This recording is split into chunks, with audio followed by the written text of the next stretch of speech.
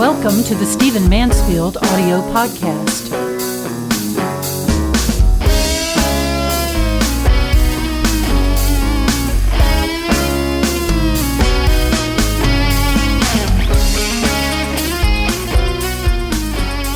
In my last podcast, I talked a bit about the Trayvon Martin George Zimmerman trial, about the killing, about the law, about the ethics thereof. I don't want to go back into that so much. It's a tragic episode in American history, and I gave my opinions, and I certainly pray for all involved. I don't think we'll ever know the exact facts of what happened that night, but I certainly pray that we can change the circumstances and the kind of ethics and morality that gave rise to that situation. There was something that I said that a number of people took issue with, and I don't believe in being defensive about the opinions that I have. I try to be gracious and welcome debate, so I certainly can't be prickly about it. But there was one fact that I stated that some folks really questioned, and yet it's one of the most tragic facts of our generation. So I want to go back to it not by way of self-defense, but by way of making sure that we are all fully aware of this. I think you cannot be a patriot. I think you cannot be a Christian, certainly. You cannot be even a good person and not care about this particular fact that I'm about to share. There is a kind of a murderous plague being unleashed against black youth in America, particularly young black males. It is an astonishing thing, and the tragedy is that most of this killing, most of this murderous plague is unleashed by other young black males. Now, we can go down the road of what the causes are, but for right now, let's just touch on the stats. The fact is that from 1976 to 2011, almost 279,384 young blacks were killed in America. That is astonishing. Almost 10% of the country. Since the tragic statistic is that 93% of all killings of blacks in America are perpetrated by other blacks, and I'm speaking mainly of young black men on young black men, that means that in those years, 1976 to 2011, 262,621 people, young blacks, were killed by other blacks. The statistic is that in America, about 7,000 young black males are killed every single year. And of course, again, 93% of that would be perpetrated by other young black males. It is a horrible statistic. It's happening in astonishing numbers. In Philadelphia, you are more likely to be killed if you're a young black male on the streets of Philadelphia than you are had you been a warrior in Afghanistan. The stats are unbelievable. Blacks in America are just slightly over 13% of the population, and yet they account for more than half of the homicides in this country. More than half, can you believe it? It really is something that I think people need to know. They need to understand that the real archetypical city of all of this right now is Chicago.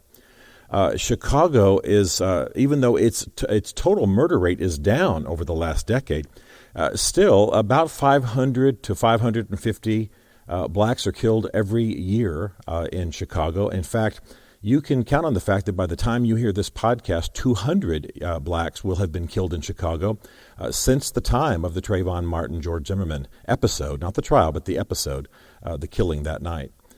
This is just unbelievable.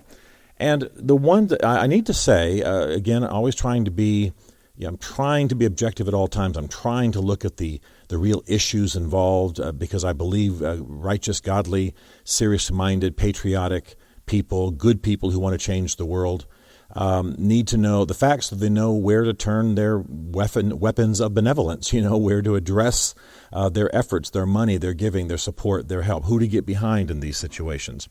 What gets all the attention is when a black youth is shot by the police. Now, I need to say that this is also surprisingly high, and the episodes are heartbreaking, but it's a very, very tiny percentage of the total number of blacks killed in America. Still, we grieve, and we urge, of course, the authorities in our country to deal with rogue police if there are any, if that's really the issue, address these things, make these matters public, institute policies to prevent them.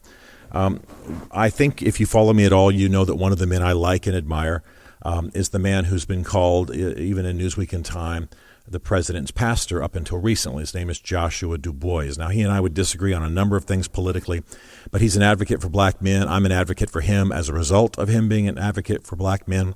I first became aware of him when he launched a protest in Boston back in 1999. New York, back in 1999. You may recall that there was a man by the name of Amadou Diallo. He was in a car, stopped by police. He only had a wallet on his person. Now, maybe there was some language barrier. Maybe he made some suspicious moves. I don't know. I wasn't there, and I mean to exonerate no one. But there were 41 shots by policemen into his vehicle.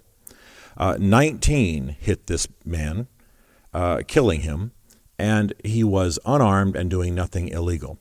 You can go online and see 20 or so stories of this kind. Every year, the estimates are hard to get your mind around, or really it's even hard to get the stats. But every year, it's estimated that maybe as many as 50 young black men are killed erroneously by police.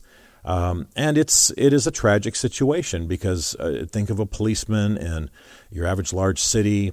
Given the murder rate among young blacks, the average policeman assumes, I guess, that a young black man is armed if he's called out to investigate him, and I'm sure young black men are suspicious of policemen, and so tragic things happen.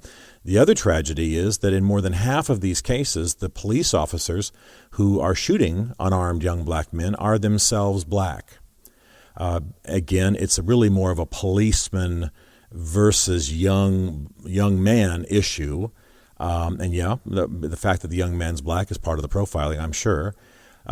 So it's not so much a matter of bigotry, of course, when you have a black policeman shooting a young black man when he's been called out to investigate some situation. It's just tragic in every single direction. So I want to make clear, every killing of a young man, especially an unarmed and innocent young man, is tragic. Every single one. If the police do it, it needs to be dealt with and addressed, and efforts need to be made against it.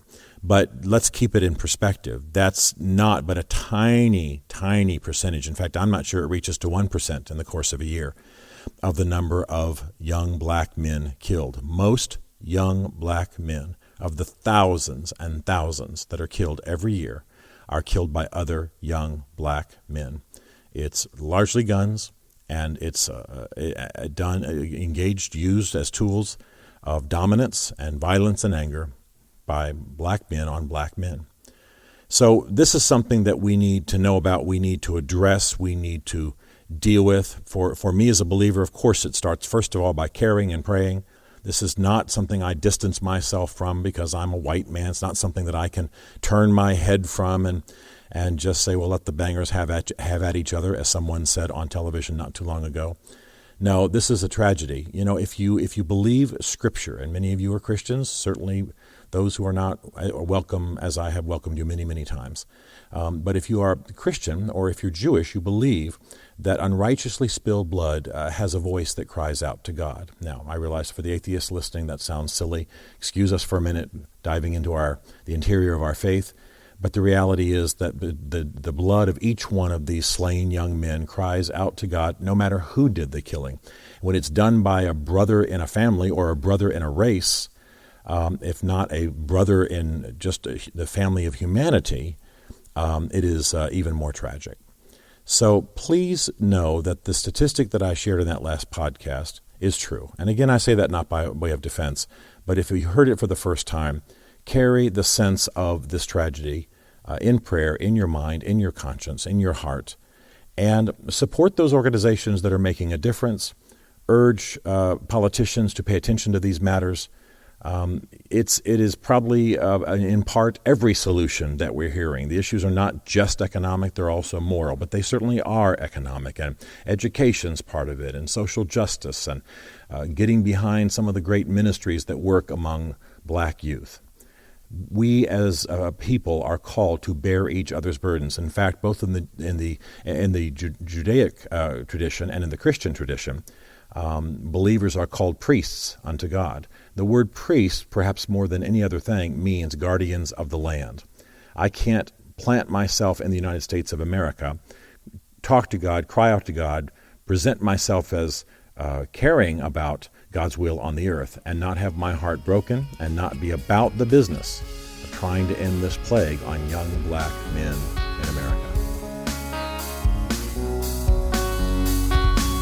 Stephen Mansfield is a New York Times best-selling author, a popular speaker, a frequent faith and culture commentator on CNN, Fox, and the Huffington Post. His groundbreaking books on faith and society include The Faith of George W. Bush, The Faith of Barack Obama, The Search for God in Guinness, Lincoln's Battle with God, and Killing Jesus. You can learn more about Stephen at mansfieldgroup.com and connect with him on Facebook and on Twitter under the name Mansfield Writes. The Stephen Mansfield podcast is produced by Isaac Darnold, who also wrote, performed, and produced the Rockin' and Rollin' podcast theme song. This is a Chartwell Literary Group production.